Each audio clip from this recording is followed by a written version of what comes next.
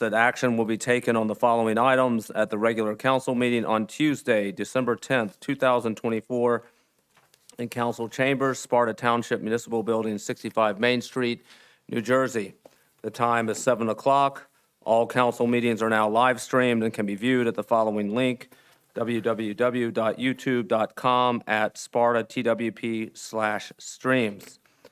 Adequate notice of this meeting was provided to the public and the press on January 5th, 2024 by delivering to the press and posting on the township website a copy of the notice. Madam Clerk, may we have a roll call? Councilman Hertzberg. Here. Councilwoman Quinn. Here. Councilman Chiarello. I'm here. Deputy Mayor Blumetti. Here. Mayor Clark. Here. Please stand to salute the flag. Allegiance to the flag of the United States of America and to the republic for which it stands, one nation, under God, indivisible, with liberty and justice for all.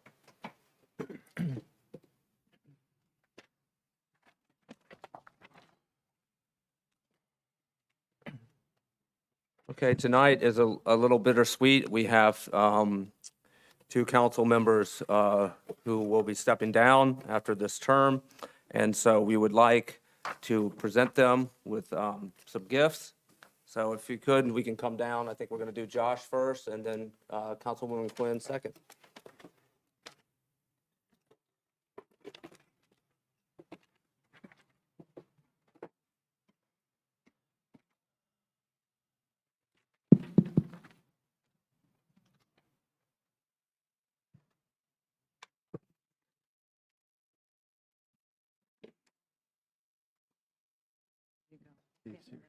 Okay.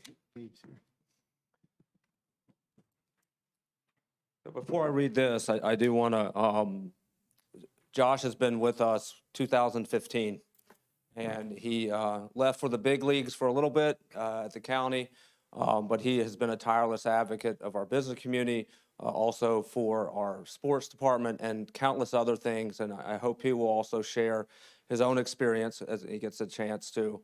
But I know he has been a tireless advocate for various people in this township, and I know what this job entails. It's a lot of time off, away from your family, a lot of hard work, and Josh has put that time in. And so I'll read this that we are giving you. Even in storms, a true leader's compass always points north and sets about the right course, not just following the wind. This is with heartfelt appreciation to Josh Hertzberg for your unwavering commitment and steadfast guidance in always setting the right course for the citizens of Sparta. And so 2015 through 2018, 2021 through 2024. Thank you.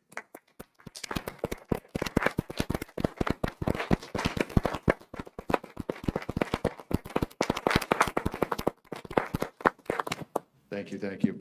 I've never been one for big speeches, not really my style. I prefer to be in the background doing the work, but I'd be remiss if I didn't talk about the thing that makes Sparta really go, and that's the people that work in this building every day, and all the other buildings that we have in town. But, you know, we sit up here every other week and go to our committee meetings and do our thing, but day in and day out, the employees that work here do all the hard work to keep this town going.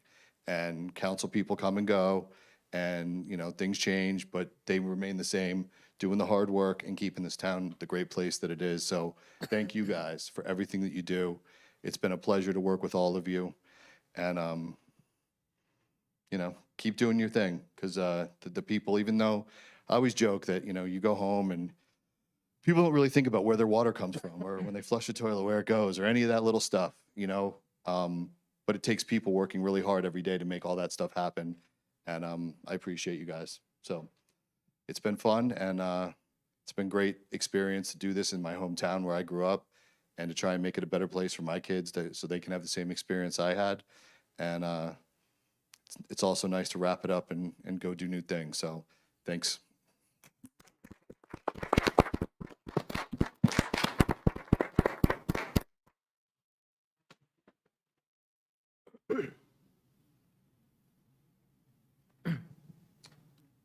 Next up is Councilwoman Quinn. She has been on council since 2013. And she's been on countless boards, and including our planning board, our rec department, municipal alliance, our veterans. I'm probably missing out, but she has just been a tireless advocate, particularly for our seniors and our veterans, and particularly our children.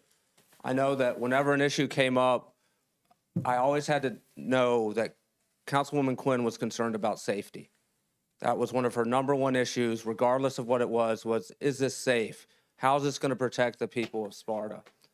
And I also know she does her homework.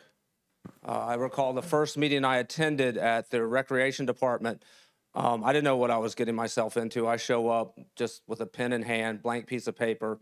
Councilwoman Quinn walks in with about a stack of papers this thick, having read all kinds of information and led that meeting just very effectively with a lot of follow-up, a lot of research, and the people of Sparta want that in their leader, someone who does the homework, someone who puts in the effort. And I know that people are forever grateful for that.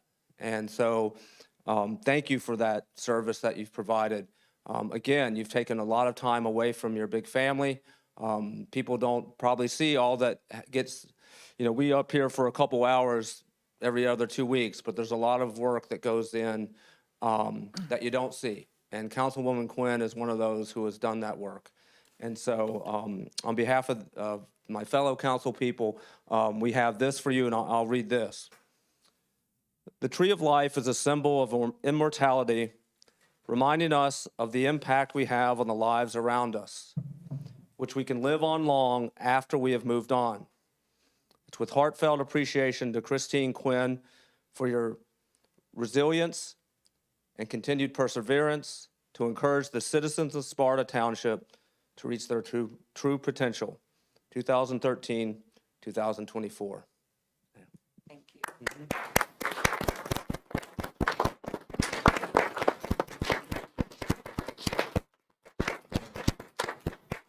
I'm going to put a stay on my hate giving speeches thing for 1 second, just because I'd be remiss if I didn't get to say a few words about you and the work that you put in here, because having, been here for the majority of the time you've been here and worked alongside you, I've never in my life seen somebody that's worked harder at something. And from your emails at 2 a.m. to phone calls, to reminders, to keep me on track, tirelessly is not even, it's an understatement. And this town would not be where it is without you, Chris. And I can tell you, I know from myself to my family to the employees here, you will be so missed, and your work is unmatched. And, I just, from the bottom of my heart, thank you for what you've done here. Thank you. So I just had to say that. Thank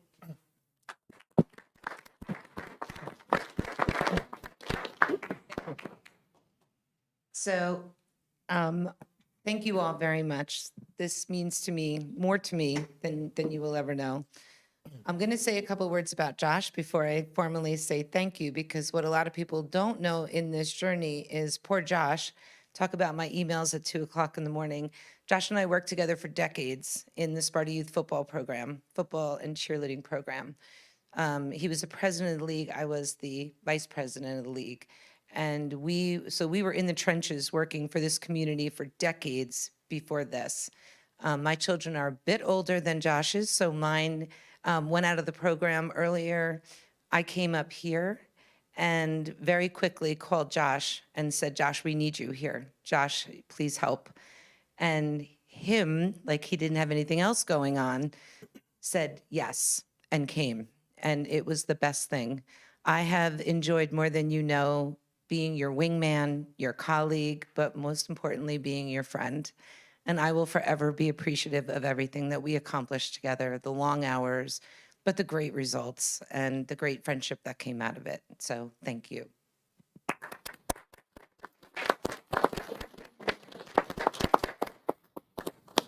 So just really quickly, I was thinking on my way over here tonight, my last meeting, my grandmother used to say to us all the time, you'll end up where the good Lord wants you to be. And when you realize it's not your plan and you stop worrying about it, you'll be in a much better place. And I look at the past 12 years and I am so thankful that this was my plan. I never saw this. I naively signed up for this to come and run for this as an extension of all of the community work that we were doing in the different sports programs and whatnot. And there is not a person that right now is more thankful and appreciative than I am of having the opportunity to be part of this, to serve my town in this way with such amazing people in this building, the professionals that are unmatched, that I have had the unbelievable, honor and privilege to learn from for 12 years. I came here, I knew nothing, nothing. Then I went on the planning board and I knew nothing. And what I have learned and what I have just gotten to, the experience I've gotten to have to work with the residents of the town who trusted me to bring their issues forward and trusted us to do the right thing. And also the professionals that tirelessly took emails that they got at 2:00 in the morning but didn't respond to till business hours.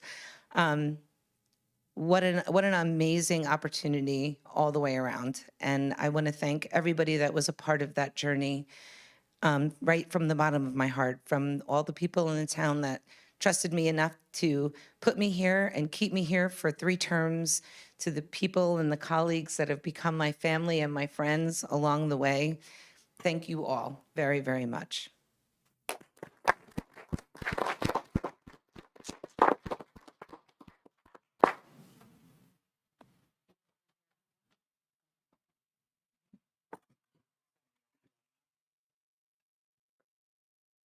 What do you know?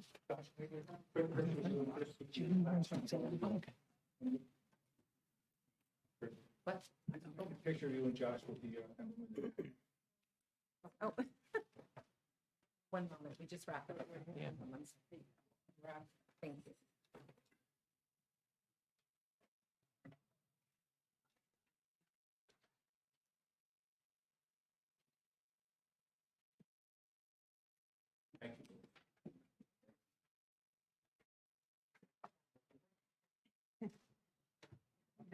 Yeah.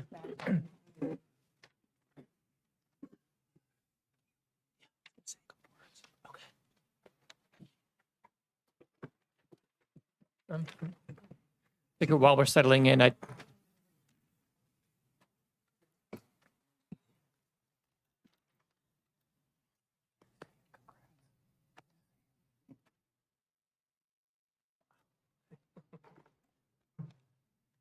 while we get back to our agenda, it's something I'd like to say as well, to Councilman Hertzberg and Councilwoman Quinn, that your time in government is now coming to an end, at least for the time being, and who knows what's going to happen next. You're probably experiencing a range of emotions, and I'll add a couple more. Speaking for myself, I'd like to express my gratitude and admiration for both of you for your service to our community. It is no small task to put yourself out there. And earlier this year, I finished a book from Doris Kearns Goodwin on leadership in turbulent times, and part of that was a expose on Teddy Roosevelt. It reminded me of my favorite Teddy Roosevelt quote, which I want to read now. And if you're a fan of Teddy Roosevelt, you probably know what's coming.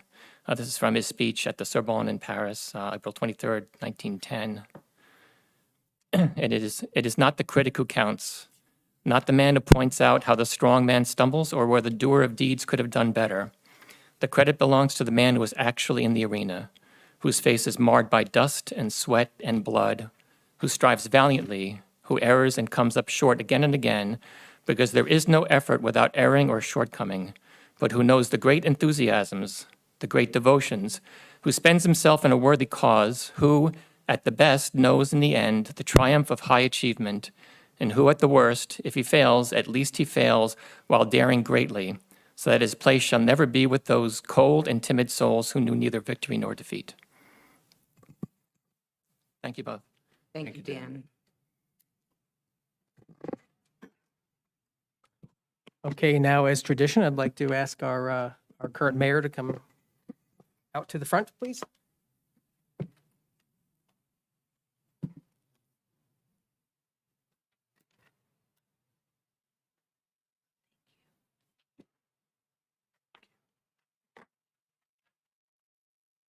So Neil, in addition to winning the Best Dressed Council Person of the Year award, no competition, by the way, we would like to present you, the outgoing mayor, at the end of their year, gets a special thank you. And I'll read it first. It says, presented to Neil W. Clark, Mayor, with deep appreciation for outstanding leadership to the Sparta Township community.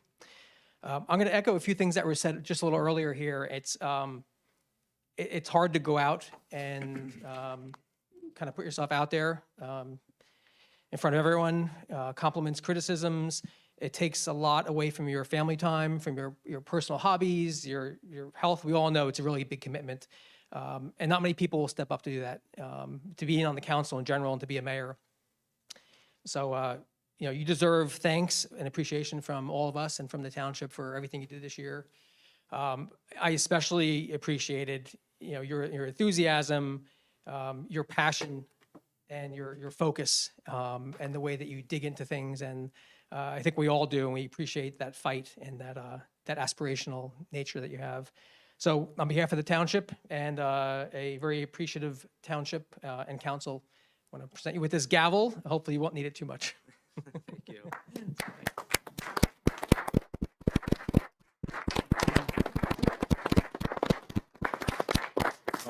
Thank you very much, particularly because my wife actually got a gavel about a week ago because she's going to be the head of the New Jersey Psychological Association.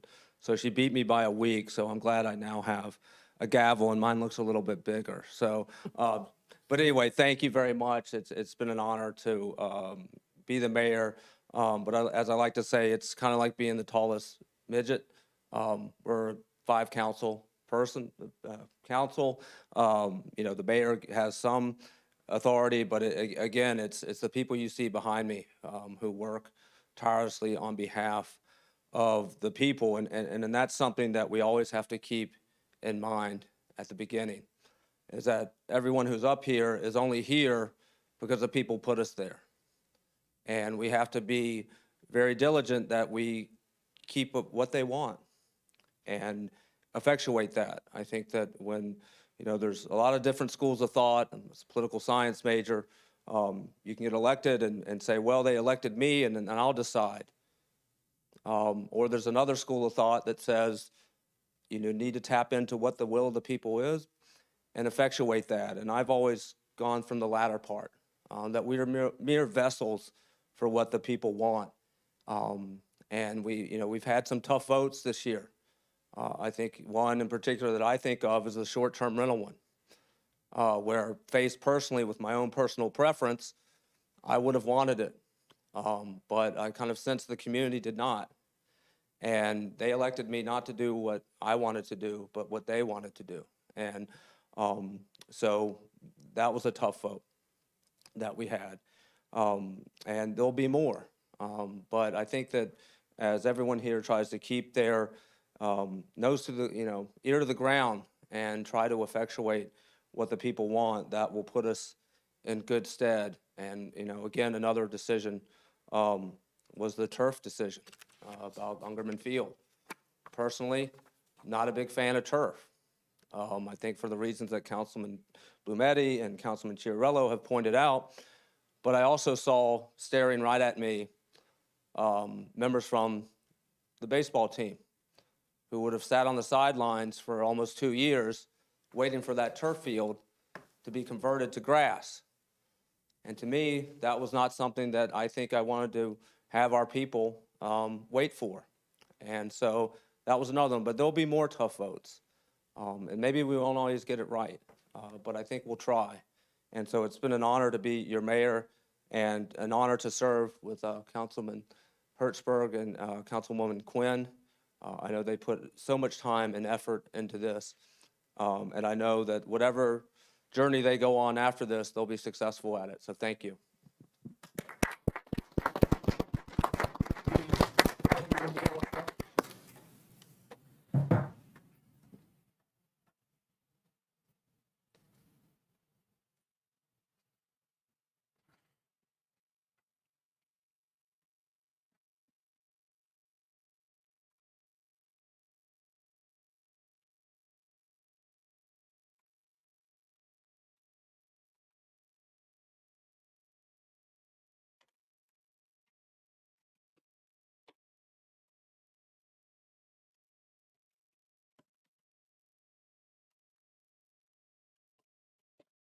All right, so on with our meeting.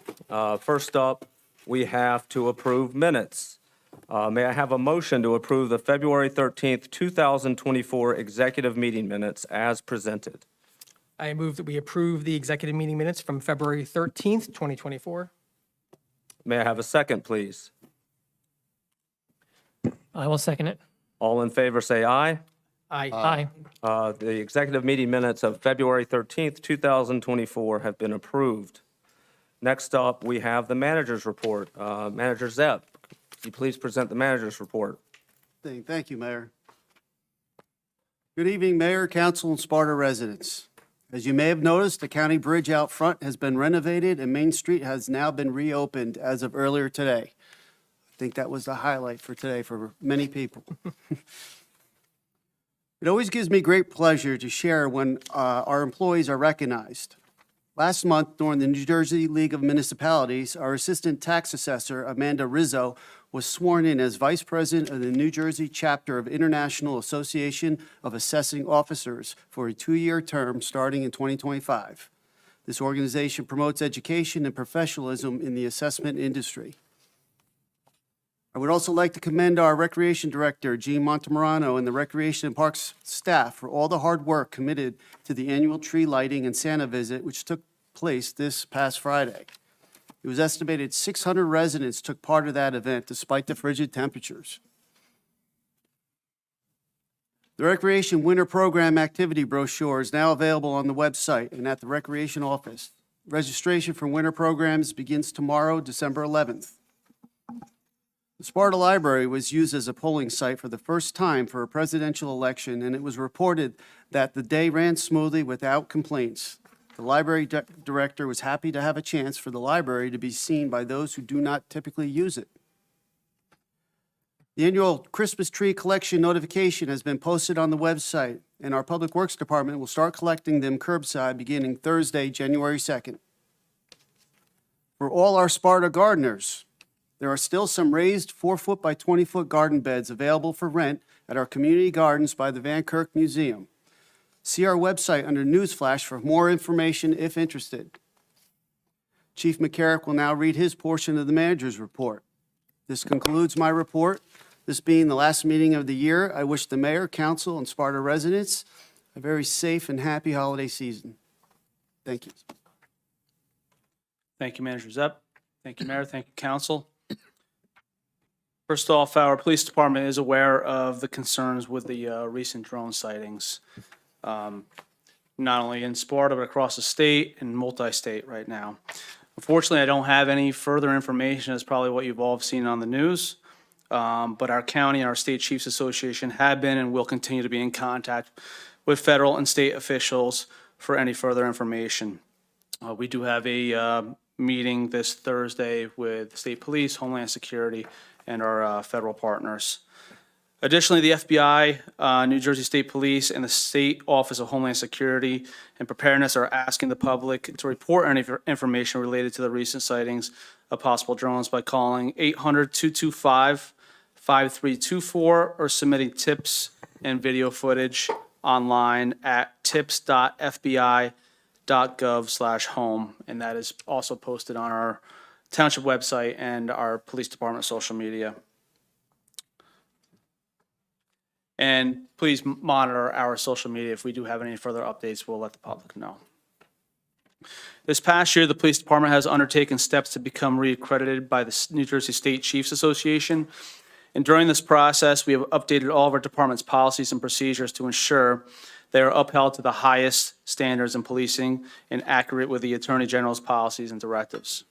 The accreditation process also allows our department to understand areas where we may need to improve and implement any changes. My command staff and I are excited to be towards the end of this assessment and are looking forward to meeting with New Jersey State Chiefs Association officials for our final assessment in the near future. I would like to thank our Captain Thomas Snyder for his dedicated efforts towards this accreditation process. This Saturday, December 14th, from 1 to 6 p.m., Santa Claus and the Toys for Tots Operation Toy Train are making their way back to the Sparta Township train station at 30 Station Road. There will be the annual Family Fun event And if you'd like to attend, they ask that you bring a new unwrapped toy. Also, they have toy drop-offs are accepted at the train station on Friday, December 13th from 12 to 4, and also Saturday, December 14th, 12 to 3:30. For more information, visit spartatrainstation.com. Lastly, this year, National Wreaths Across America Day will be held on this Saturday, December 14th. More than 2 million volunteers and supporters gathered to remember, honor, and teach at more than 4,600 participating locations in all 50 states, at sea and abroad. This mission will commence in Sparta Township from 10:30 to 3:30 at the Veterans Cemetery on Route 94 near the Votech. There will be parking in the area of the Votech School parking lot, but expect traffic delays in that area during that time frame. For more information on this event, please visit wreathsacrossamerica.org.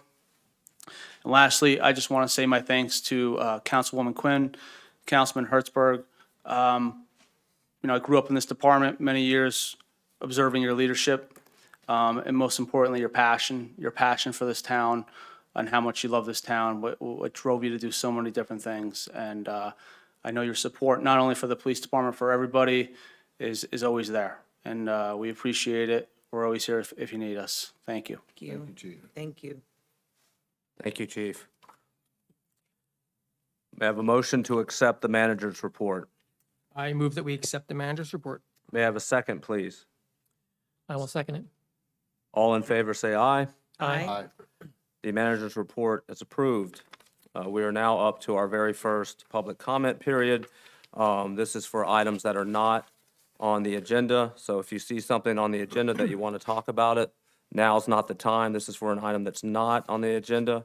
So if you would, just approach the microphone, state your name and address, and please be mindful of our 5-minute time limit. Thank you. 5 minutes? All right. I can go for 5 minutes, I think. Ryan Dumpert, 47 Angelo Drive. I really just wanted to show up tonight and thank Josh and Christine. Just a huge loss, and I think, it's going to be good to look at the doors that are opening and not the doors that are closing tonight. But I really want to thank you, for everything that you did for the town, everything that you will do in the future. Really, really special people, and thank you. On the note of the Airbnb stuff, I just wanted to note that there are still those houses, rehab houses in Sparta. They still exist. I still open my blinds and look at them every day across the street. So as you make that decision, just keep in mind that those houses are still there and they shouldn't be. So I would appreciate definitely if next year that can pop up on the radar. And again, thank you. Thank you for everything that you did. Really appreciate it. Thank you, Ryan. Thank you. Joanne Scally, 144 Seneca Lake Road. I came here, but I don't usually go out at night. I'm usually a hermit after dark, but I couldn't go without saying thank you to both you, Josh, and Christine, for all you've done for the town over the years, all you've done with council. You've done so many great things. I'm going to miss you. You're going to be sorely missed by many, many people, me especially. You brought me to tears. So that's what I want to thank you for everything you've done, and especially the Hometown Heroes. That's to my heart. I have 4 flags up there, and my grandson finally made it home from deployment this past Friday. He came into Norfolk, sailing in. I couldn't go because my son, his wife, and daughter, and they had a limit on who could go. So I couldn't kick my daughter-in-law out. So I just want to thank you again from the bottom of my heart, and just kind of want to apologize for what you guys went through the past 2 election cycles, very unfairly, in my opinion. At least you don't have to go through that. Those are personal attacks on your children. So that's one good thing you think of, but I'm going to be sorely missed, and the town is going to see that you were sorely missed. I just want to thank you again. And Neil, congratulations to your wife for getting the first gavel. I want to thank you. And I want to thank our newest members, Mark and Margie. And one more thing off this topic, even though I'm going to miss you, about I go away out of the country for the winter, and I know that marijuana that is put on hold or going to let it expire. And I am definitely against it because even though people say it's not a gateway drug, in my opinion it is, because my cousin died at 32. He started on marijuana, and it's even more potent now. And my request would be, even though you want to go forward and you do not have the supermajority, I know that, could you put it for a referendum and let the town people, instead of 3, decide this big thing? Because we don't need 5 licenses in town. We have dispensaries all over town, and those quirky names are very annoying whenever I drive by and I see those stupid names. But we don't need it. We're not going to make money off it. We definitely don't need it. And if anything, do it through a referendum. That would make me happy. Let the people decide and not just 3 individuals. With everyone I came across so far, it's definitely against it. Even people that I know partake. I never did in my life. I don't want to. I can't stand the smell. So just let it go to a referendum then. That's my one plea, since I won't be able to be back here until March. And I know that you'll probably bring it up before then, but to please do that. Because I don't think the town wants this or needs this. Thank you. I'm going to miss you and hope to see you guys back here someday. But thank you very much. Thank you. Thank you, and thank your family's service to this country and this town. Yes, absolutely. And I want to let you know as well, Josh and I are still going, we're the co-founders, as you know, of Salute 07871, which is also the Hometown Heroes program. And we will still be running that program. It's going to continue to run the way it always has. So we'll be doing one order. We're going to be working, I've already had multiple conversations with Jim. So Josh and I will continue to work with the town on new banners, and we will continue the program without any kind of disruption whatsoever. So just so that everyone is aware, that program is not it's a partnership, but it is run from the VFW. So the entire Salute 07871 initiative, it was moved to be under the purview of the VFW. So Josh and I will continue, and we'll be working with Jim and the town to complete the orders and get the new ones up on the poles and That's great. whatnot. That makes me happy. That's a great program. That's just one thing I picked out. It had 4 of my family members, but you guys did so much for the town and the council. Thank you. Enjoy Thank your you. break. Thanks. Anyone else wishing to be heard for public comment for items not on the agenda? Okay, seeing no one, we'll move on to expenditures. Deputy Mayor Blumetti, would you please read the expenditures for December 10th, 2024? Yes, thank you. I make a motion that we approve the expenditures for December 10th, 2024 in the amount of $1,385,116.97. You have a second? I will second that. All those in favor say aye. Aye. Aye. The expenditures for December 10th, 2024 have been approved. Although we have no introduction of ordinances tonight, we do have hearings on 3 ordinances that we introduced at the last council session.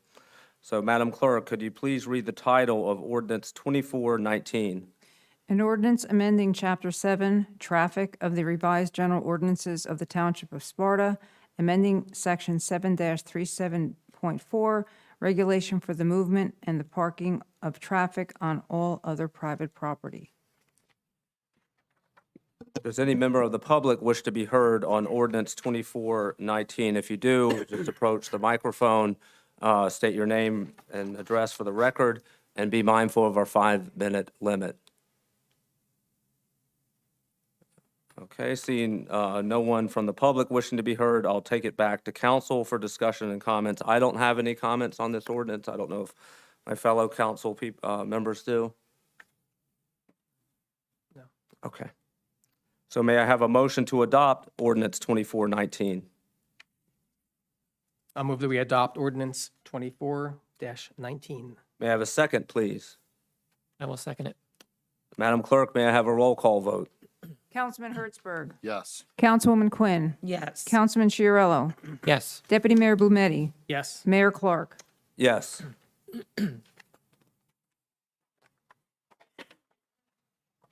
Madam Clerk, could you please read the title of ordinance 2420? An ordinance amending the general ordinances of the Township of Sparta in order to adjust certain fees and escrows. And again, if any member of the public wishes to be heard on ordinance 2420, please approach the microphone, state your name and address for the record, and again, be mindful of our 5-minute limit.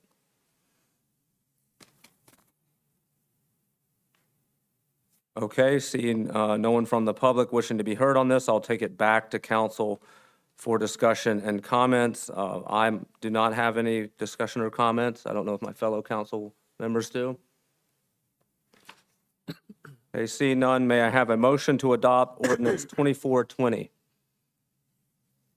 I'll make a motion that we approve ordinance 24-20. May I have a second, please? I will second it. Madam Clerk, may I have a roll call? Councilman Hertzberg. Yes. Councilwoman Quinn. Yes. Councilman Chiarello. Yes. Deputy Mayor Blumetti. Yes. Mayor Clark. Yes. 2420 has been passed. Next up, Madam Clerk, could you please read the title of ordinance 2421?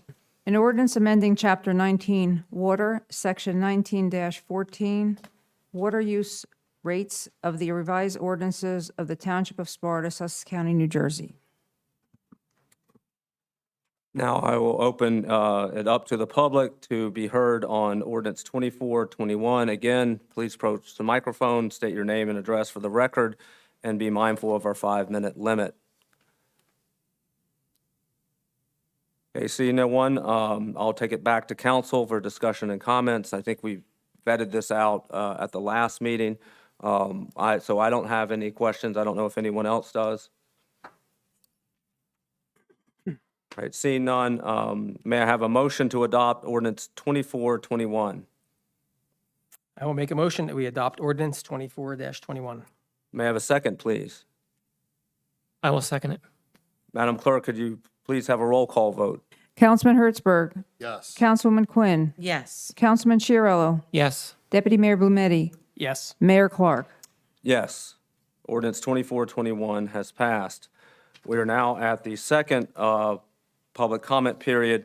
This has to do with the resolution. So you will want to take a look at numeral 9, and if you want to be heard on any of those resolutions, please approach the microphone, state your name and address for the record, and also be mindful of our 5-minute limit.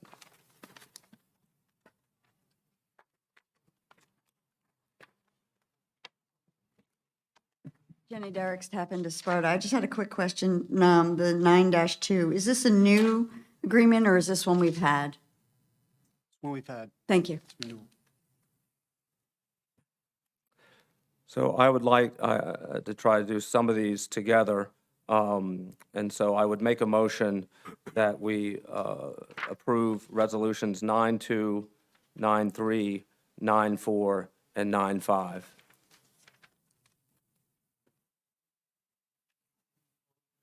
Oh, okay. I didn't know you were ready. Go ahead.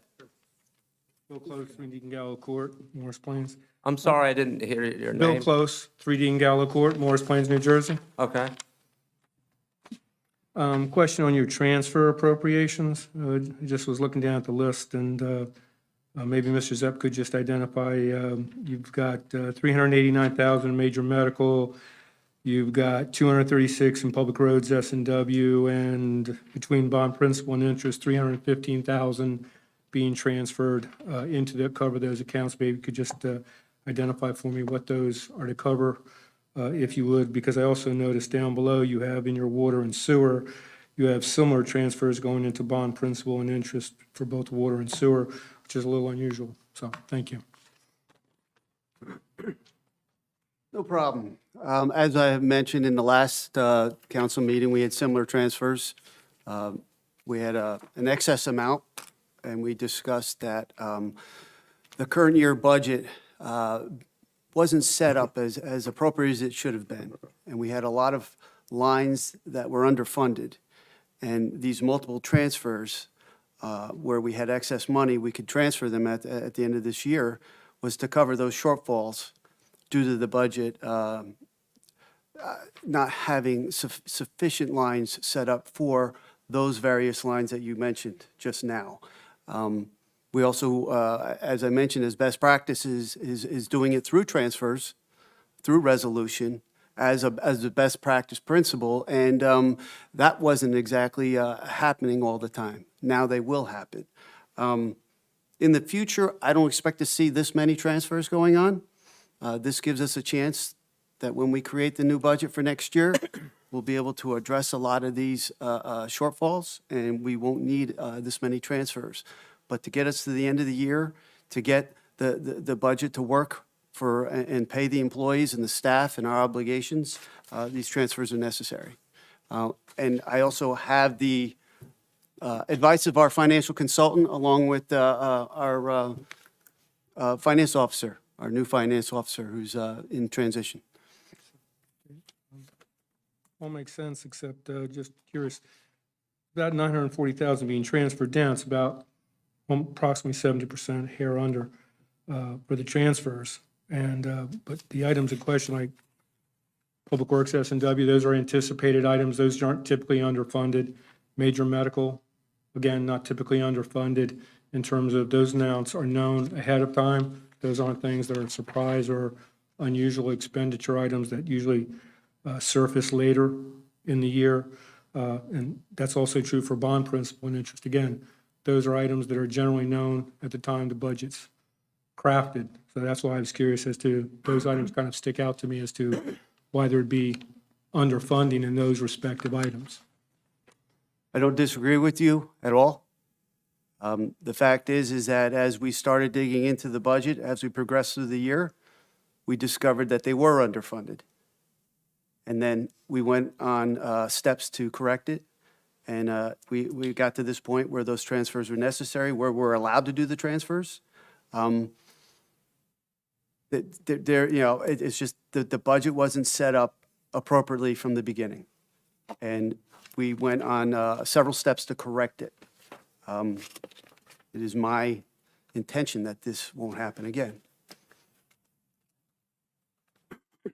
Any other member of the public wishing to be heard on the resolutions? Okay, seeing no one, as I indicated, I would like to do as in one motion, resolutions 9-2, 9-3, 9-4, 9-5. So I may have a motion to approve resolutions 9-2, 9-3, 9-4, and 9-5. I move that we approve resolutions 9-2, 9-3, 9-4, and 9-5. May I have a second, please? I will second it. All those in favor say aye. Aye. So resolutions 9-2, 9-3, 9-4, and 9-5 have been approved. May I have a motion to approve resolution 9-1? I make a motion to approve resolution 9-1. May I have a second, please? I will second it. And just for the public, when is the reorganization meeting? Reorganization meeting is January 7th, 2025, beginning at 6 p.m. Okay, thank you. Day. So all those in favor of resolution 9-1, say aye. Aye. Resolution 9-1 has been approved. Next, may I have a motion to approve resolution 9-6? I move that we approve resolution 9-6. May I have a second, please? I will second. All those in favor say aye. Aye. Abstention? Abstain. So we have 3 ayes and 2 abstentions. May I have a motion to approve resolution 9-7, the displaying of the commemorative flag on township-owned flagpoles of the National Guard? I move that we approve resolution 9-7. May I have a second, please? I'll second. All those in favor say aye. Aye. Abstain. So we have 3 ayes and 2 abstentions on resolution 9-7. May I have a motion to approve resolution 9-8? Make a resolution to approve, a motion to approve resolution 9-8. May I have a second, please? I will second it. Thank you. And just one question with regard to that. I think a gentleman at the last meeting made it, but I thought it was an important point. And I think you explained it very well, which is we're not simply having money left over and then dumping it into certain budget items that we feel like we want to, or like a slush fund, correct? Correct. And it's simply that those who we're giving it to were actually underfunded. Is that right? That's correct. Okay. And I appreciate the gentleman for his questions and the clarification. So all those in favor of Resolution 9-8, say aye. Aye. Aye. So Resolution 9-8 has been approved. Next up, may I have a motion to approve Resolution 9-9? I move that we approve Resolution 9-9. And may I have a second, please? I will second it. And I'll take it back to council. Councilman Blumetti, I think this is something that you had raised with us that originated from the planning board. So if you could just explain it to us. Yeah, I'd like to add a little context. And after I do that, if the council would prefer, I would follow up with a motion for a quick recess in case people wanted more time to read this because it was a very late addition. This resolution was just added, and there's a timing urgency around this to get it in by, well, it's our last meeting. So we have another meeting to do it by December 20th. It just came up on the last day or so. The resolution is for the township. It's a resolution of support to apply for a no-cost technical assistance program, and it was recommended by our planner, Catherine Samad, and also the master plan subcommittee. So the Sustainable Jersey has a no-cost program that we can apply for, and they will give us technical assistance. It's not grant money, there's no funding, it's just technical assistance to work with our own engineer and planner. No strings attached, there's nothing to do with property deed restrictions or anything.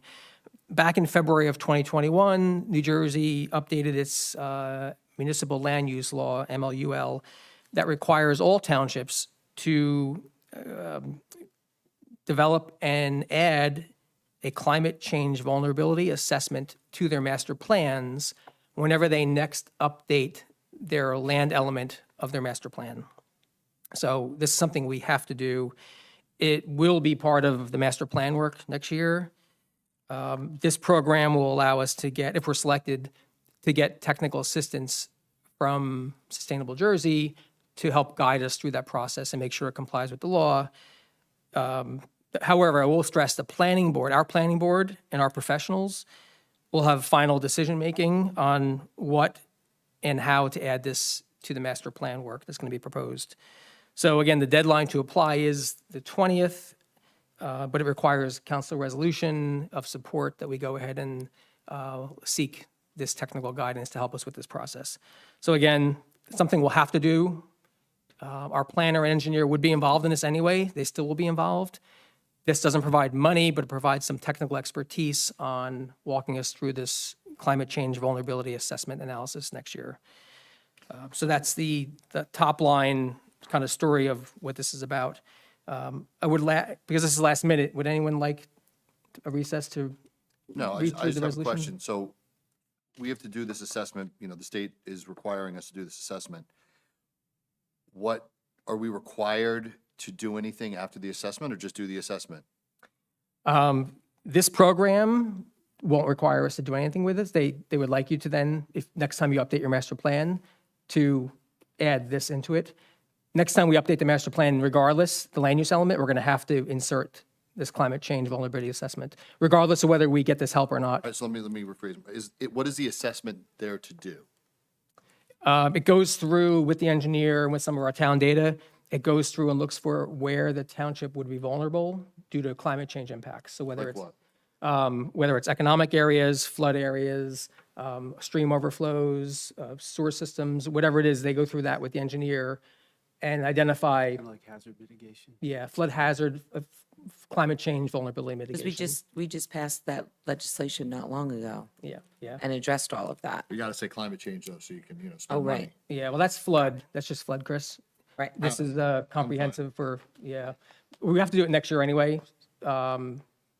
every town has to do this. So if we do get selected, it would be technical guidance that would help Catherine and Corey walk through this and kind of expedite it and save us a little bit of money. So, I just wanted to make sure that we're not putting ourselves in a requirement to do some kind of mitigation that they make up. no. Okay, that's fine. The other thing that I would caution here, and not to be redundant with the 20 minutes of dissertation, I feel like I went on last meeting over, if you look at the original objective of the master plan and everything that, all the actions that are happening around it, this was for Sparta Township. The state slowly but surely, and state agencies and state-funded organizations have crept in and become almost a cancer, in my opinion. And I don't want to rehash everything I said last time, but when I hear things like, there's no strings attached, and it doesn't cost us anything, and blah, blah, blah, I assure you, there are strings attached. I assure you, it will cost you something. And again, I'm not going to hash the whole thing up again, but this is Sparta's master plan. And the issue I see, and that I have been talking about for many months now, is you are opening the door to our master plan and letting different entities, especially the state, have a lot of say in what's going on in this town. And I would seriously caution you from moving forward with any more of it. Because I assure you, go do your research. I did my research. There's a lot of towns that are not happy with the fact that they fell for these kinds of things. I'm not saying it's this exact thing, and ended up in the fine print giving away their parks, giving away property, signing away things to the state, and they didn't even realize, because they thought that the monies they were getting or the benefit they were getting were just so great, they were blinded and didn't do their homework until it was too late. You mean like all the farms the state has pretty much commandeered? Exactly. Yeah. So I'm just saying, I think the state has its place. It's our job up here to protect first and foremost Sparta. And so I will leave you with that sentiment. I didn't have a chance, Dean, if I'm really being honest, to read the whole thing. I'm sure the state did put this in there for whatever reason is going to benefit them. Have the professionals, you said this came from Catherine, who's our planner. Yep. Jim, have you looked at this Yes. all the way through? I've read through it, and I don't think there is any commitments that we need to be aware of. I'm very aware of what you're talking about, but I think this is harmless enough. It's just an assessment. And Josh, you were asking if there was a commitment that has to come out of the assessment, and at this point, from what I could read and understand, there isn't. However, it is a mandated element of the master plan, so I don't know a way around it, but fortunately, I don't think it's too harmful for what it's worth. Well, and this is just a resolution of support, so it's really nothing. Well, they require the resolution of support, Who does? the state. Sustainable Jersey, just to apply for the Right. assistance. So we have to support it, but we don't have to participate in it. So fun. Well, you have to do the assessment. Yeah, the assessment's required. You're getting, and that was probably one of my questions is, understand that we are getting access to technical experts for this. Do you know what the subject matter of their expertise is? Climate Well, I would change. assume, environmental climate change, impact analysis. I Yeah, see. yeah, yeah. And so, And they're from Sustainable Jersey too. So just a So little who funds context. which might Sustainable help. Jersey? Who So funds that? actually, I thought you might ask that. So, and a little bit of history for folks who might not know it. In 2006, the College of New Jersey, this was funded through the Geraldine R. Dodge Foundation to create a sustainable communities leadership network. At the same time, League of Municipalities was coming together with a mayor's group to focus on similar activities. Also, NJDEP and NJ Board of Public Utilities were working on sustainable community-related initiatives. Those four parties got together and in 2009 launched Sustainable Jersey. The key program partners are the League, the NJ Clean Energy Program, the College of New Jersey, and NJDEP. And the major funders are the Dodge Foundation, the Gardenier Environmental Fund, NJ Clean Energy Program, Robert Wood Johnson Foundation, New Jersey DEP, and PSE&G Foundation. So that's just a little bit of more context around who makes up Sustainable Jersey and where they came from. So again, I mean, I'm just telling you, I'm leaving you with this advice. Every organization that you just mentioned, except the corporate ones, are funded by taxpayer money from the state of New Jersey, from or through it. The college, all the organizations that you mentioned. So again, be very mindful of organizations that come to you with this name, but understand where they're getting their funds from. And be very careful to protect and make sure it stays Sparta's master plan and not the state of New Jersey's plan for Sparta Township. And I'll leave you with that. And I would just note that the points are well taken, but at this juncture anyway, they're not putting their claws in too deep in the sense that we are committing to providing some staff support for the program and some access to our professional planner. But other than that, it's not a financial commitment that we're making beyond those services. But this is like what happened with the open space, right? So the open space people came in and said, we're going to give you a grant. This is going to be wonderful. If you add up all the time for our staff that it took, our staff did most of the work. And then at the end of it, this is a volunteer group funded by the state. And the outcome that I saw, a big part of it was, hey, here's a good idea. Turn your parks over to the state. Okay, so this is why I'm saying, I'm just warning everyone. I'm not going to be here to be saying these things anymore. So, well, I might be over there. Not here. I'll probably be over there. But I'm just telling you, make sure it stays Sparta's master plan and be very careful. Every time these grants come in that we have to match, you have to have the money for the match before you can take the grant.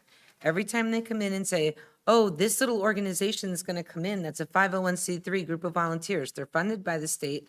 And, you know, the amount of time that it takes the staff to participate in all these things, that is a tangible cost to it. It's not monopoly money. It's real money and it's real resources. And it's taking time away from staff jobs that are already in many cases overloaded. So again, I'm just leaving you with that. And I'm sorry, Dean, that I didn't get a chance to read the entire thing through as I would have liked. But to your point, this was a last minute addition, so. Yeah, just so we don't have confusion, again, there's no grant related to this. This is simply accessing technical assistance. And my understanding, if we had the actual technical expertise, it may not have been necessary even to ask for technical assistance, right? That's correct. Yeah, and the staff and the time that's associated with this would need to happen anyway with our professionals. And again, and again, it's an assessment, not, and with that assessment, do you know whether they recommend remedies for whatever they assess, saying, well, you are vulnerable here, here, and here, therefore you should do A, B, C, and D? Are they going to have recommendations about, for every vulnerability that they identify, they have a recommended remedy for it? I assume that's part of the assessment regardless of who does it. But again, that assessment, though, doesn't require us to adopt No. whatever remedies they may suggest in their assessment. Is that right? No. Okay. No, this is still the planning board, the master plan subcommittee, our professionals are controlling this. This is just assistance. And so would it be the planning board's discretion as to whether they would adopt whatever recommendation may be found in this assessment? Oh, yeah, yeah. I mean, the assessment, we don't have a choice of whether to insert this into the master plan. That's law. We do determine what goes in. So, yeah. Okay. Thank you. All right. With that, may I have a motion to approve Resolution 9-9? Well, I have the motion, we have the second. We've talked about it, that's why I forgot. All those in favor of Resolution 9-9, say aye. Aye. Aye. We have, I didn't hear Any opposed or abstain? any opposed or abstain. I'm abstaining from this. Yeah, I'll abstain. What's the difference? Okay, so we have 3 ayes and 2 abstentions. Now up are the council liaison updates, and I'll start to my far right and work my way to the left. So Councilman Chiarello. Yes, thank you, Mayor. The Environmental Commission last meeting was November 14th. There was no meeting on the 28th, and our next meeting will be this coming Thursday, the 12th. Unfortunately, I will not be in attendance on this, the meeting on the 12th. I'll mention that I participated, along with the Environmental Commission, in an ANJAC presentation on the dangers and toxicity of artificial turf fields. The Business Development Committee meets tomorrow morning, our last meeting of the year. As a liaison to the Board of Education, we did have, Mayor Clark and I have met with our counterparts from the Board of Education on December 9th, that was Monday. And we spoke about our mutual cooperation on a policy matter that we will make public at a later time, I suppose. But it was a good meeting. Our sister city committee next meeting is Monday, December 16th in the town hall. And those are all my liaison updates. All right. I'd like to update on the planning board activity from the December 4th meeting and also the master plan subcommittee meeting.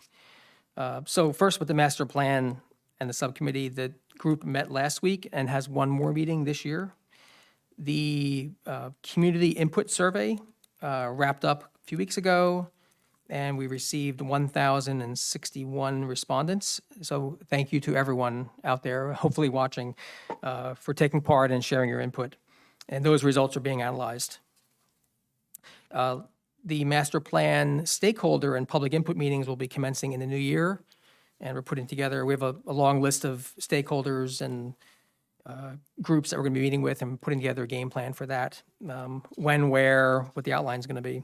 Looking forward to it. The second item is the planning board on the 4th of December held a formal public hearing on the open space and recreation plan. This followed the prior public informational session and presentation that was done earlier. The planning board has identified and will be having several minor amendments made that were identified. And these will then come back to the planning board for hearing again and for potential adoption at the first January meeting.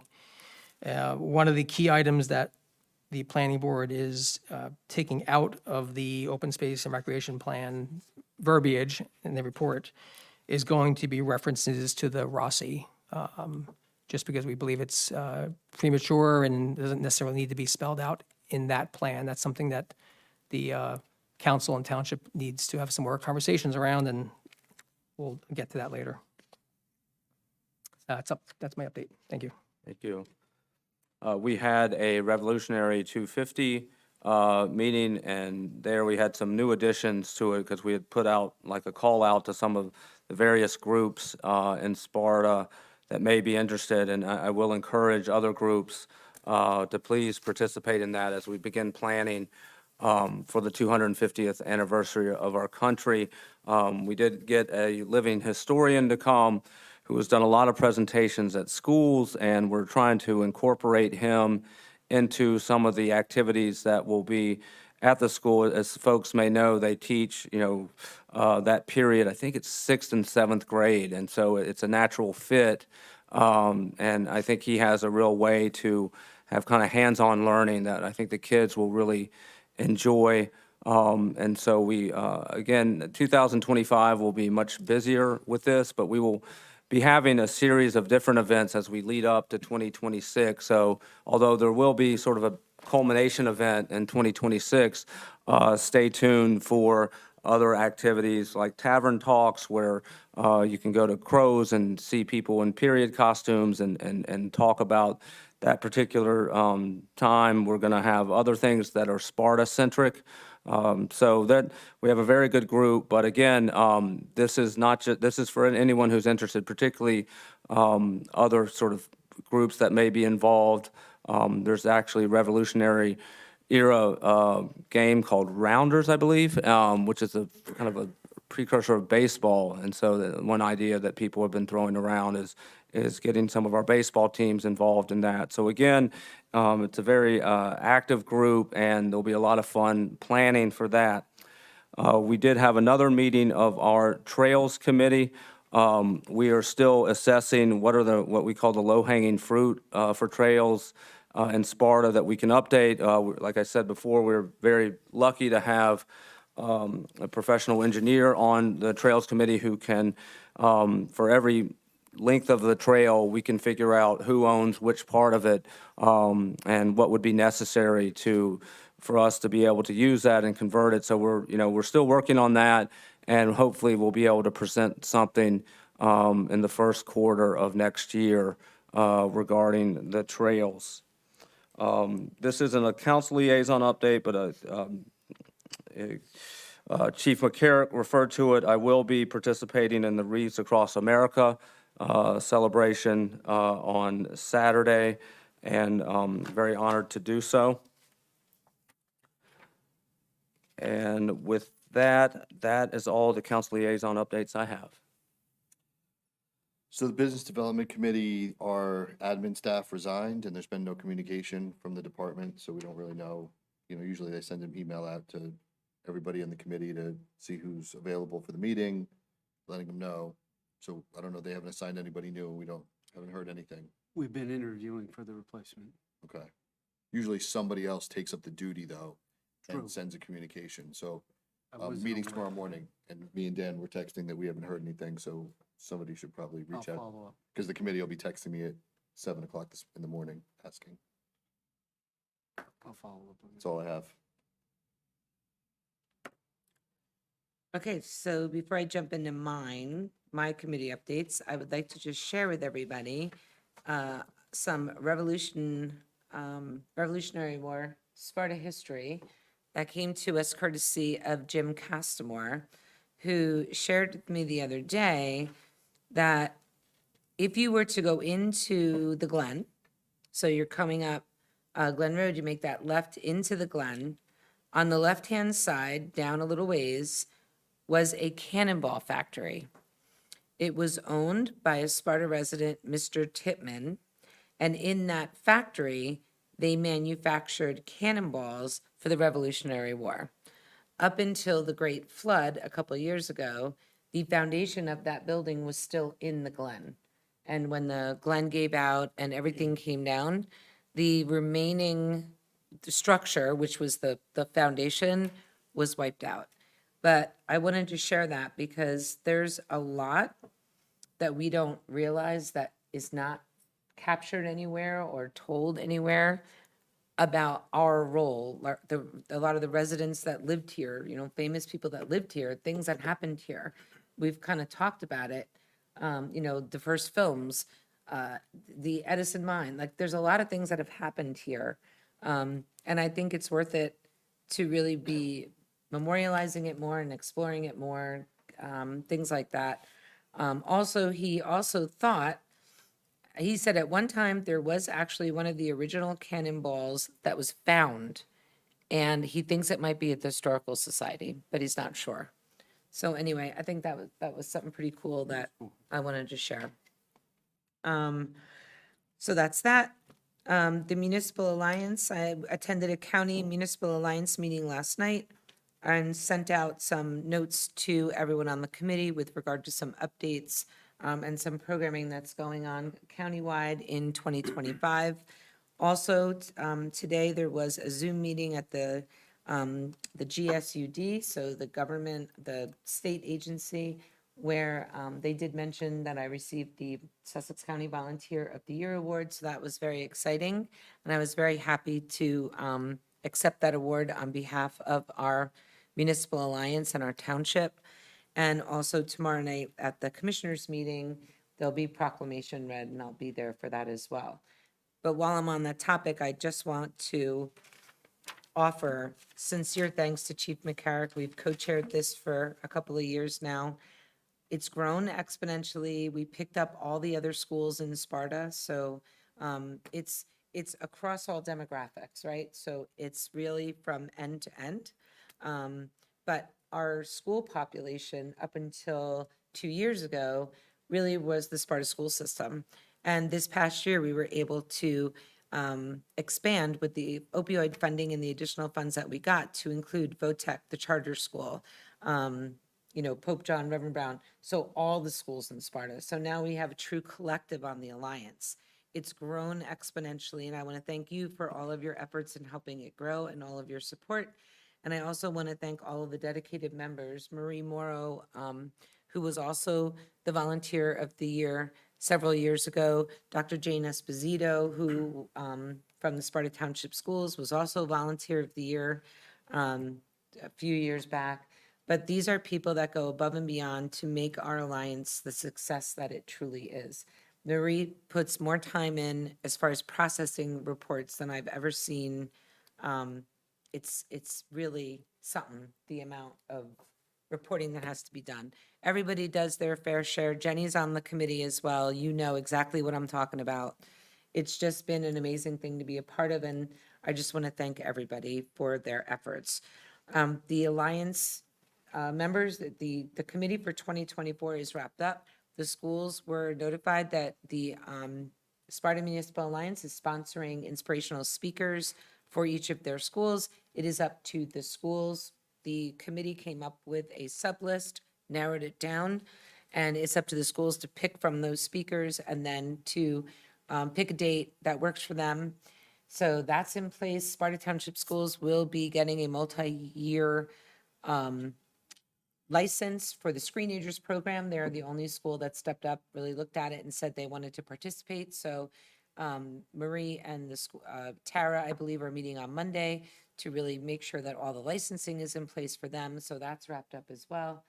And there's another initiative, I'm trying to get the dates, Chief, but apparently at VOTEC, they have an event every year when the kids are juniors, and they set up not just, there is some information there about drug prevention, where to go for help, domestic abuse, like it's outside of just Alliance stuff, but it also includes things like general transportation, medical assistance, things of that nature. So it's sort of like this trade show, and the teachers give the students cards. Each student gets a card, and they have to go to every booth and ask questions to find out where the answer to their card is. So somebody's card might be, I don't have insurance, where can I get a mammography?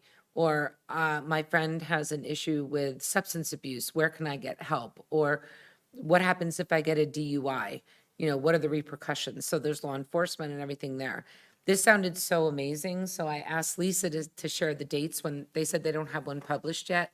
But I think this is something that maybe you would like to attend, Chief, just to look at it and see if maybe it's something that can come back to Sparta. Chris, I did get some information on it, Okay. I believe today or yesterday from Maria had sent it over to me, but I just want to note, the Alliance has grown because of you. Take credit where credit Thank you. is due, and it goes back to what I said before about your passion. You have a lot of passion for a lot of different things, but I completely witnessed it being on the Municipal Alliance Committee with you, so, and that's why you are the Volunteer of the Year, so thank you. Thank you, Chief.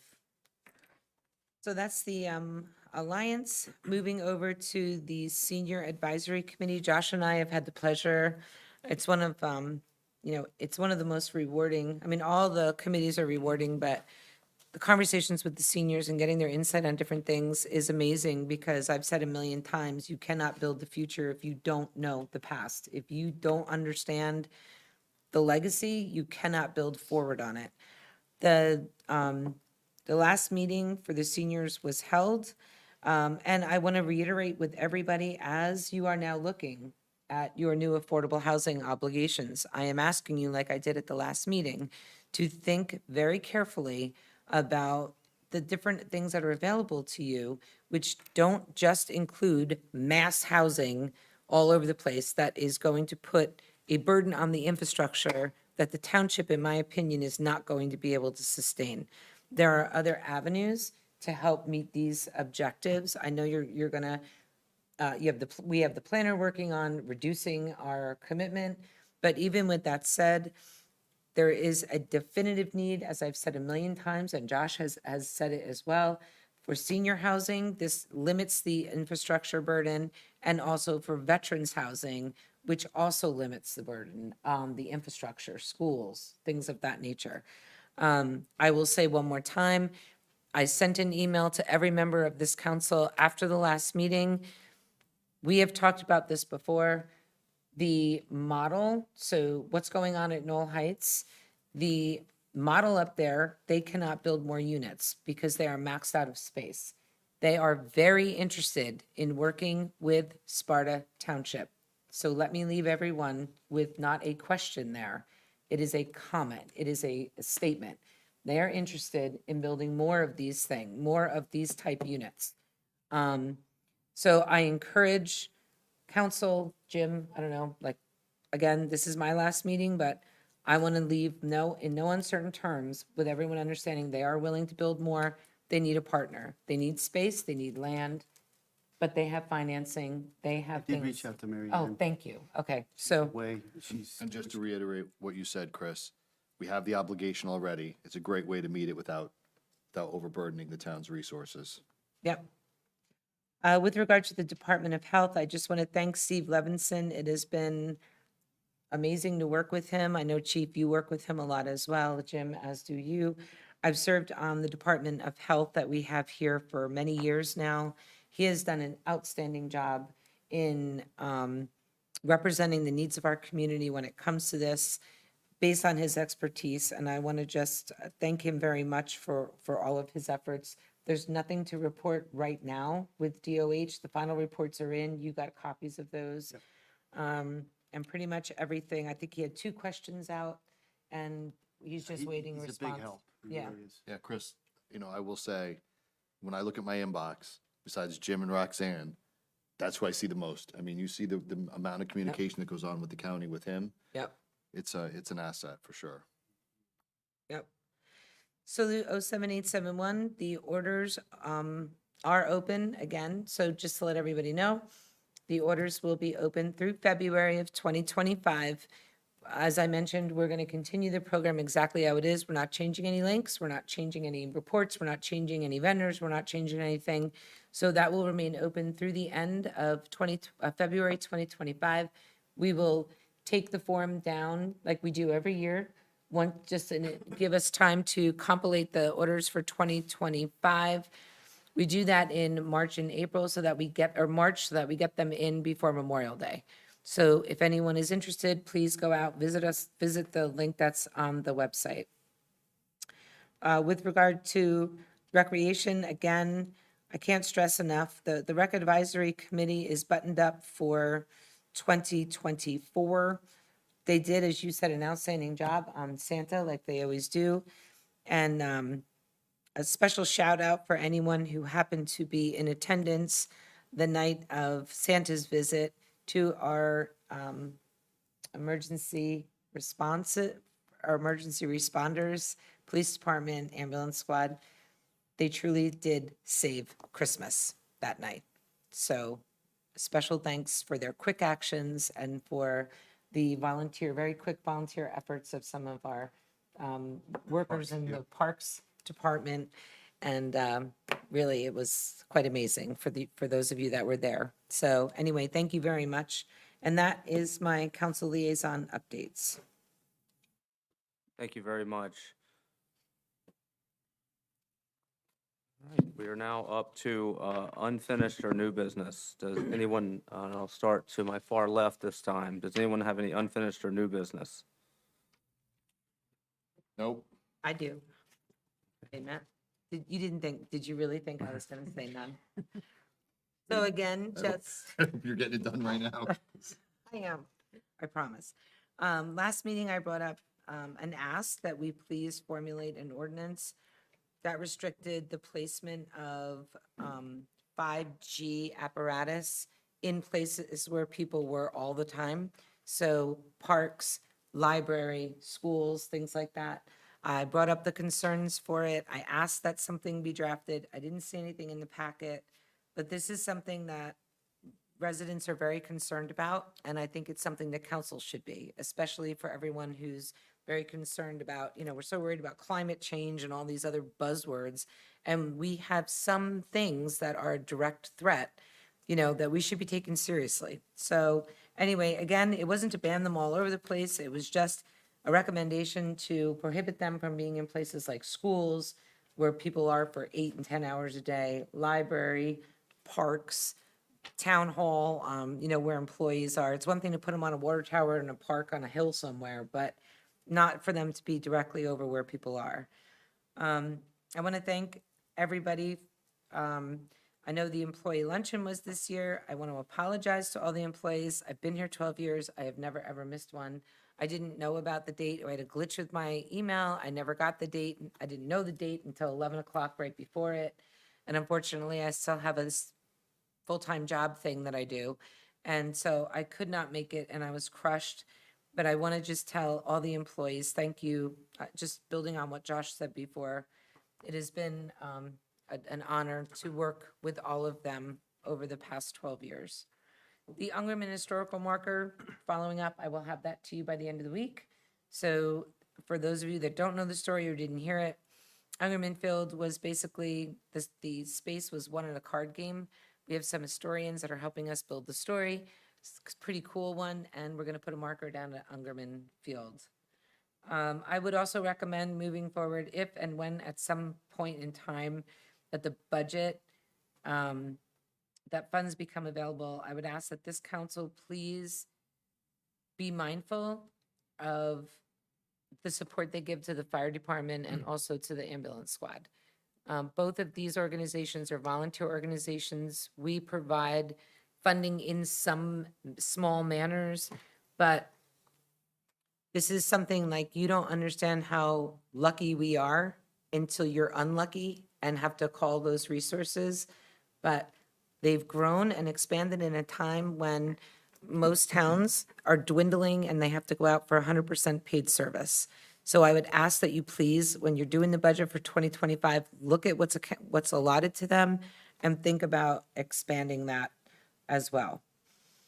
Also, the AO polymers follow-up testing. So Jim, I know there was going to be some follow-up. We had the representatives that came. You were working with them to get some additional testing that was going to be done, I think, in the building itself. And then I had asked them if maybe when they do their regular testing, if they could just do one extra test spot in an area that they haven't. Did we ever hear back from them or get that confirmed?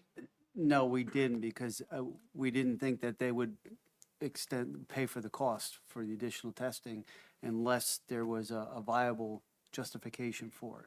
But they said they would when they were here, I believe, they said that they would in the building. I can double check. Okay, if you could just I'll follow up. That's it for me. All right, I'm gonna add one thing, Okay. only because Ryan brought it up today and I brought it up at least 5 times in public meetings, are those sober living homes. I mean, it's just not fair to the residents. that live in He's them. not here, Josh. I was going to ask you to give me his contact info. I'll pass it on. We have made a lot of strides on it, and that those 5 facilities have actually complied with all the state regulations. And they are very close to getting their permits and being legitimate sober living houses according to the state. Well, I'm going to reiterate the fact that, we went to the state with this. They admitted that they cannot violate our zoning laws. And I know you said that some things have changed, but there is case law in Morristown where it was challenged and it won. Yeah. That they cannot violate the zoning laws. You're both correct. The bottom line is that the state, we have required these homes to comply with all of the state permitting and all of the state requirements, and they have begun to provide us with the necessary approvals from the state. We certainly can scrutinize them and make sure that they do not violate local zoning laws, but they have a threshold approval from the state, I believe, Well, this all is- 5 at this juncture. This is what Trenton depended on.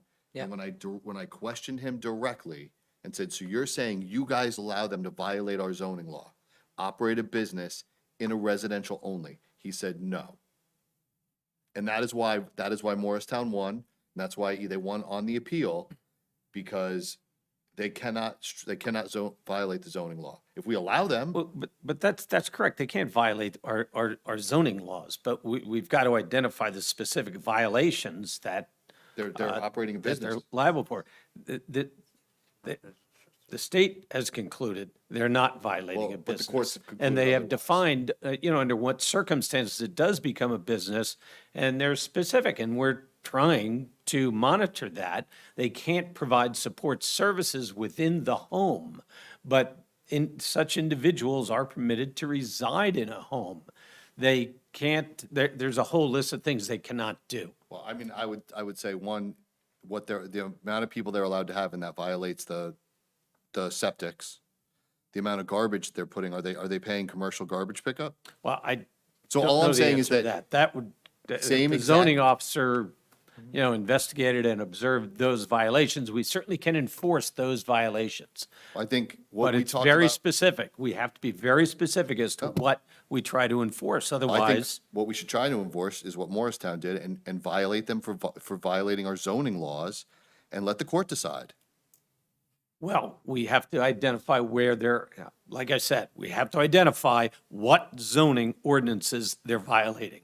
Well, And that's what They're profiting from using those houses as a business. They are. I mean, we can say that there are people living there, sure there are, but there is a business that is profiting from that. They are operating a business. The courts, I mean, the case law exists. I've read the case law Right. in Morristown. I've reviewed that case. I know we talked about this And- way back. Yeah, we've been looking at this and scrutinizing it for years, because even the Morristown decision was years ago. And it's gone through and, further review it with the courts. And the frustrating part is that the state continues to run interference in terms I of know. anything we do, but we can enforce specific violations of our zoning as long as we can identify the violations and prove that they're violating those violations. If it involves solid waste, if it involves septic, we've got to be able to identify them and then enforce them. But yeah, and certainly the zoning office has been working very hard to clamp down and to try to ensure that they are meeting every requirement, both state as well as our local requirements. Yeah, I don't believe that they're treating a home as a home.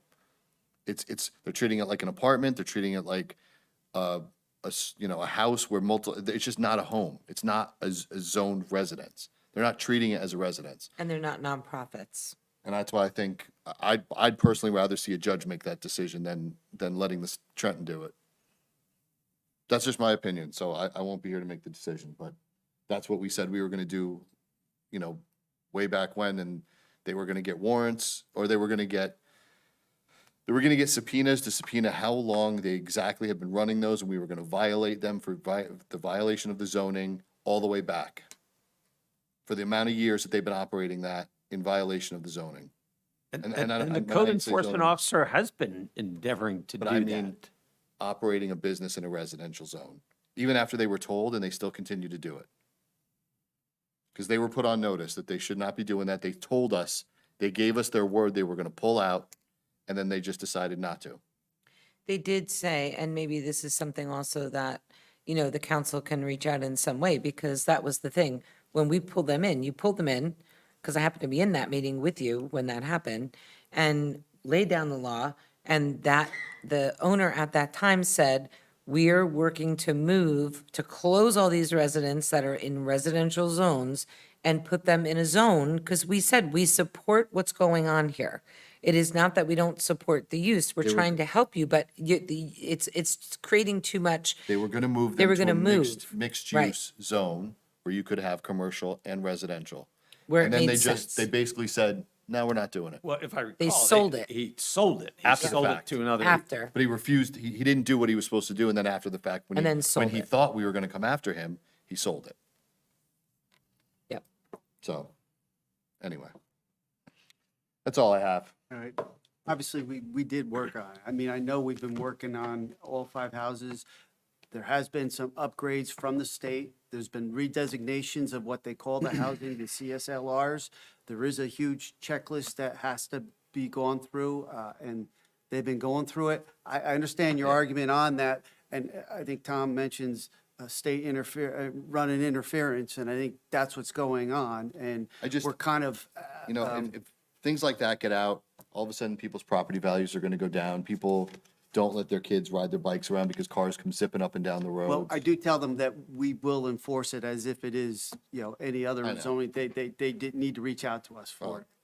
Like I said, I think they're running a business in a neighborhood. They definitely are. And who else is running a business that looks like a disaster again, still, is Exxon. Yep, that box was scheduled to be moved last week. The truck that was coming over to pick it up broke down. You notice I had DPW helping move it out so they could anchor onto it.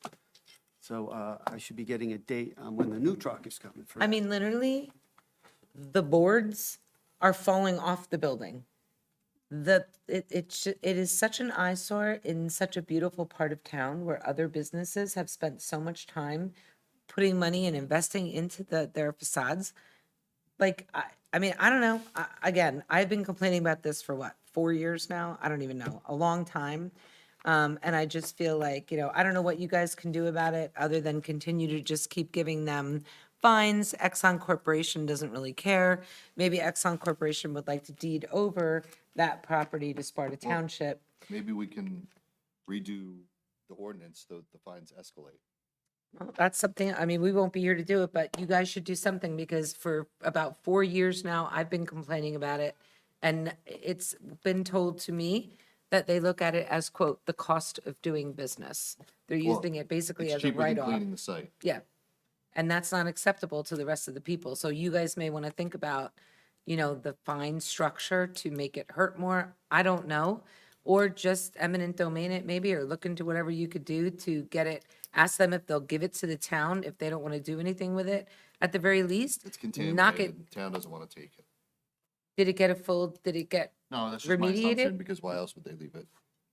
Well, this is for you guys to deal with, but not fair to the other I businesses. mean, I think you've made the case, and Josh as well, that, if there's any property in township that looks like blight, that's it. Yeah. And so there's certain remedies, we'd have to look at that. There's probably some thorny legal issues. And then, speaking of thorny legal issues, I know it didn't go unaware about the 5G towers. I know that's another one where there's federal preemption there. The FCC governs that, although municipalities and towns can restrict certain areas. That's going to require a lot more looking at. And then again, I don't, the available scientific evidence about the negative health implications is murky at best, if not, there's no definitive proof that, the radio waves from the 5G towers pose any type of health effects, but that's something that we can look into. But I don't think we want to kind of jump into a federal preemption argument right away without really looking into it more carefully. But the point is well taken. With sober homes, I appreciate, Josh and Chris and Attorney Ryan really diving into that. That's an issue that a lot of neighbors have brought to our attention. And it's murkier than it appears. I mean, that my first instinct was that, oh, how could that be considered a single-family residence? Well, there's, case law that talks about, well, a family can still be 10 people who don't know each other. As long as they share in the household activities, they're considered a residence. As odd as that may be, there is law on that. And so, again, and I had gone to a seminar about sober homes and thought that we were going to be able to, hey, could we say it's a business and put it in the business district? And it seemed to be the consensus of a lot of the lawyers there that was a kind of dicey proposition. But I think that we do have to think of, creative ways, ways that are effective so that we, while providing a service to people in recovery, we don't change the nature and character of the community for which, where they are. So, but I appreciate both Chris and Josh really bringing up this issue consistently and really trying to see it to a logical and reasonable end. Unfortunately, it didn't happen soon enough. But I think you'll probably hold our feet to the fire and make sure it does. So with that, I have no new or unfinished business. So a few items. Last Thursday on the 5th, I was pleased to attend a meeting hosted by our 3 New Jersey state legislators, which was attended by over 35 local elected officials and some township representatives across the 24th district. And it was primarily to share with us kind of what they're working on and what's going on in Trenton, and also to hear what's on our mind. And I did, by the way, share that last meeting, we approved a resolution to support the legislation, putting forward an amendment to the affordable housing calculation format.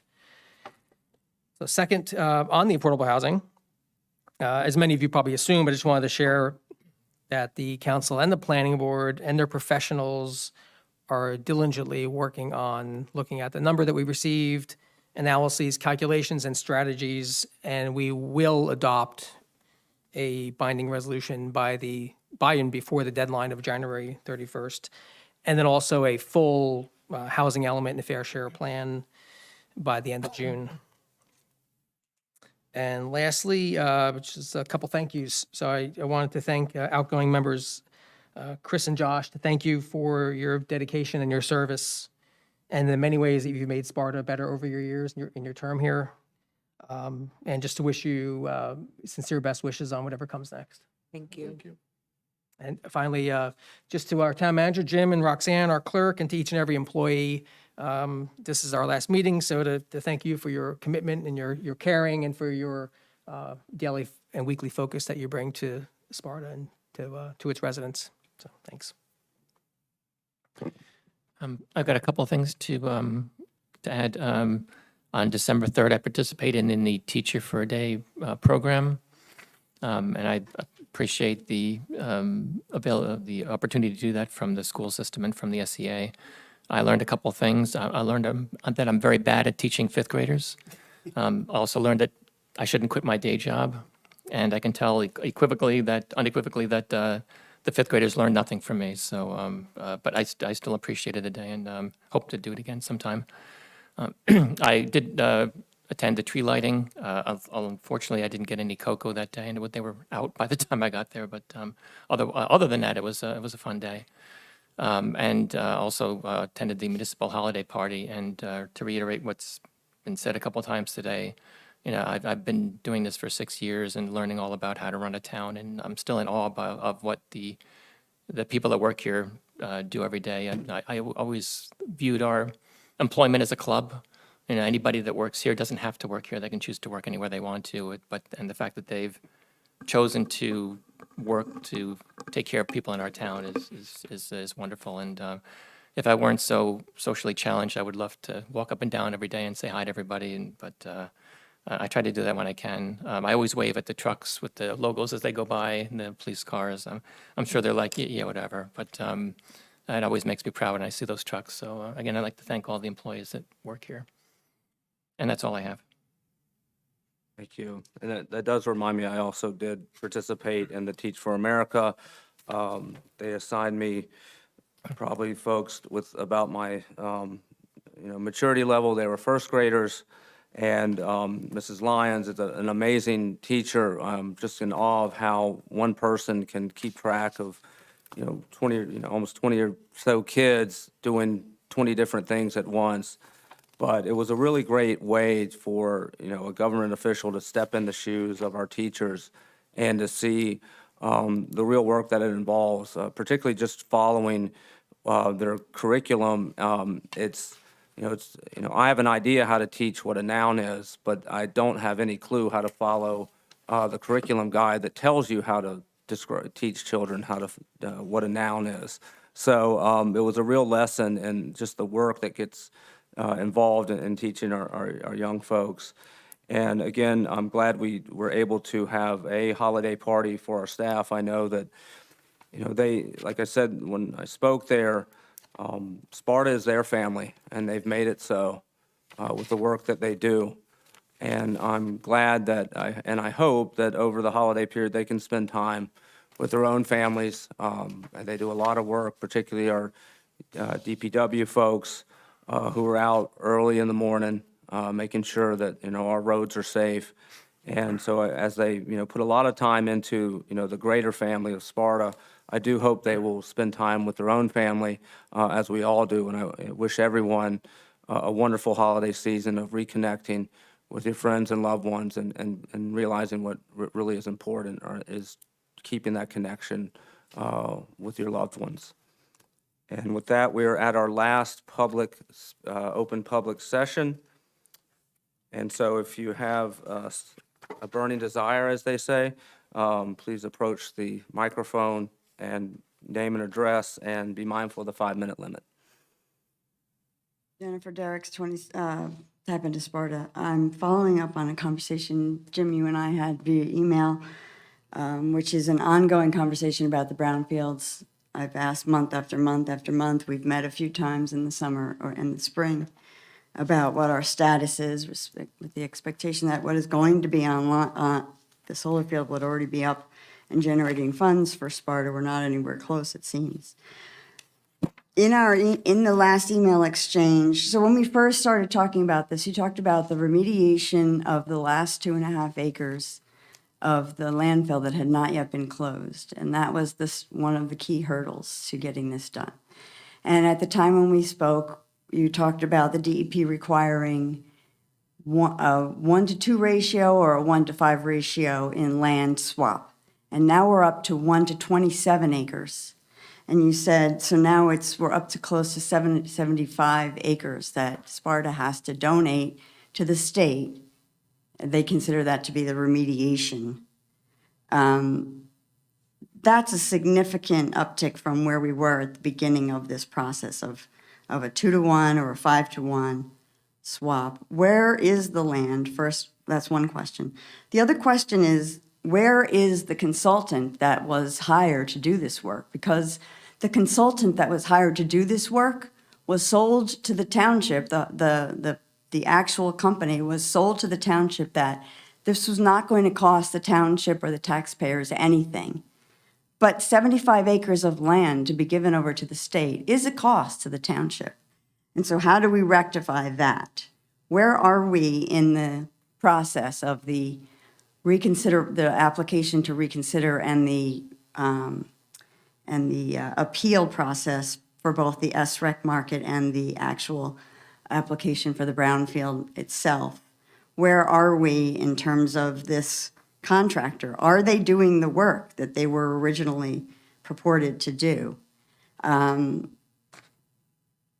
just quickly, I'll divert back to the sober living homes. Josh, the Morristown decision that you were talking about did in fact give teeth to the township to collect money. So it was the stick of funds. If you're going to be a business, you have to now pay business tax. And that was what got them to move. They also had to pay the violations for the zoning. Correct. It was all funding. It was a funding related. Right, well, at this point, we're talking about millions of dollars. Right, exactly. So Right, these companies would have to make a business decision. right. And that's And they continue to have to pay the fines as they stay there. right. The one home on Glen Road, I can say for sure, I called the VA because that house was purchased with a VA loan. And I checked in with the VA to find out what the requirements are for a VA loan. And the expectation was that the veteran was going to be living in the home, and they weren't. And within 6 months, the house was sold. So anyway. Okay. The landfill. Where we are right now is that there is a proposal in front of the Wetlands Mitigation Council, all right, in which the 27-to-1 ratio is correct of donated property that the town has as open space, all right? And the DEP is not accepting it. What they're asking is that you donate it to a land conservative type organization like Green Acres or the Land Conservancy, where it will be held in open space in perpetuity and be preserved. And that ratio is also derived from the condition of the property, unadulterated and whatnot.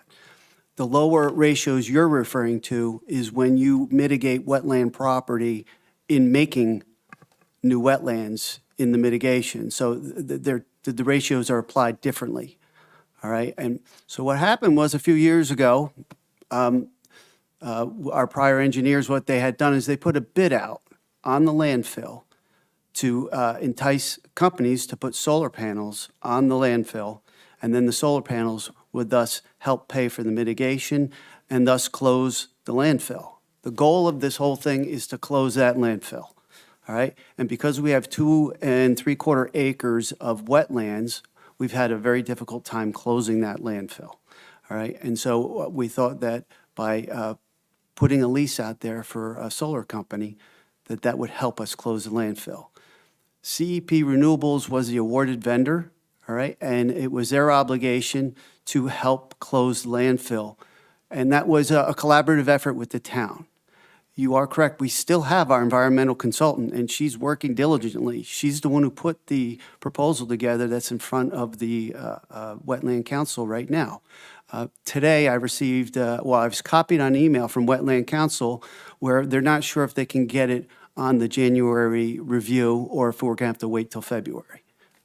That remains to be seen. That's for the DEP, that's for the DEP brownfield. That would be for the permit to fill in the wetlands.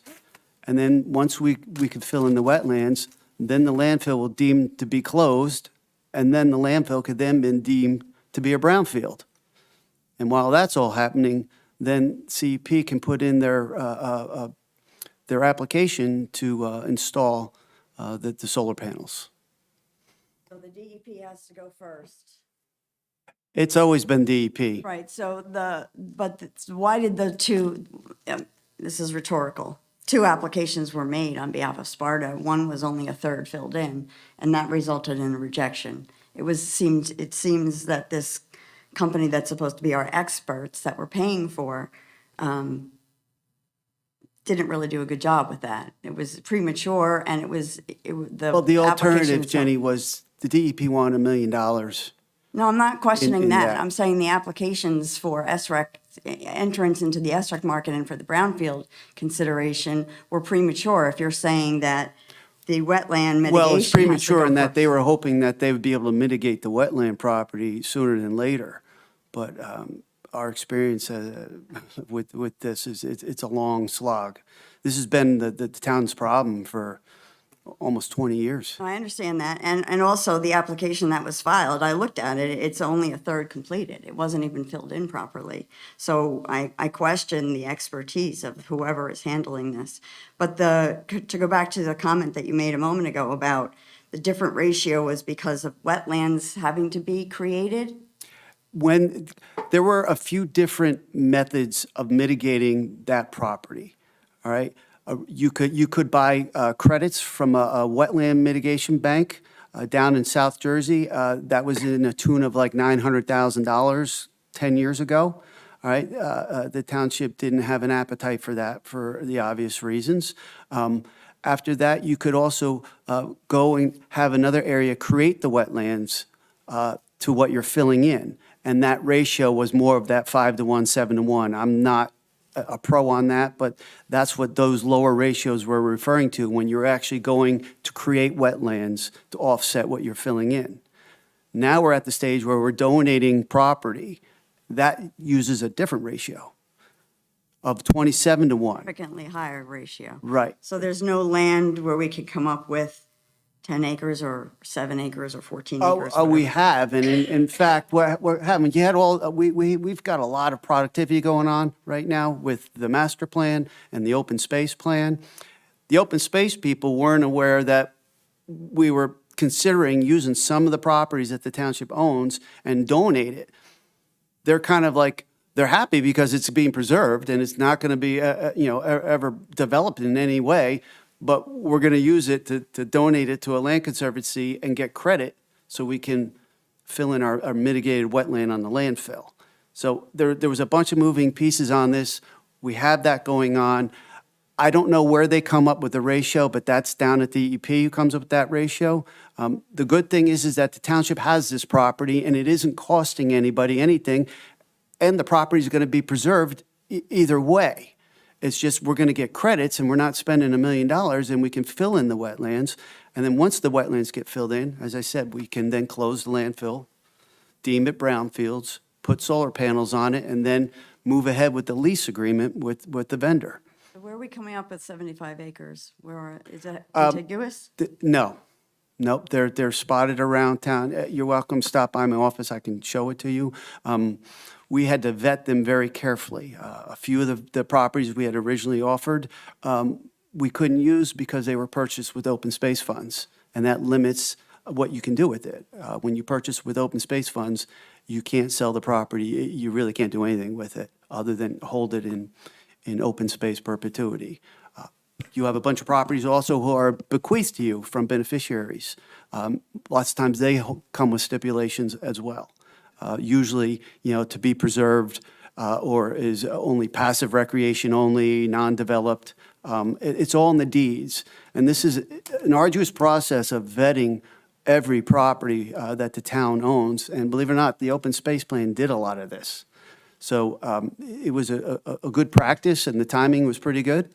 I'm still optimistic that we're going to finally get to close this landfill. Again, that is the objective here, is to close the landfill. Okay, thank you. I want to also just jump on something that you touched on, because I think it's very important people understand this. One of the things that happened when the open space report was publicized and the meetings happened and they were televised was people started reaching out to me that their families had donated property, large amounts of property in Sparta, different families that had donated large amounts of property. And they said that property that to your point, that property that they donated to the town, they donated to the town, not the state. And if something was going to change and the town was going to then turn it over to the state, they were going to get lawyers and they were going to come back, because that property cannot be used for anything other than certain things. So yes, we own tens of thousands of open acres, what you would say, open acres, but there is a lot of it, to your point, that we can't use for different things. And this whole issue of properties that have been donated is one of them, because we also have some that were donated by builders that the township owns for Highlands as well. They had to do a swap out. They gave it over to the town, so that can't be touched either.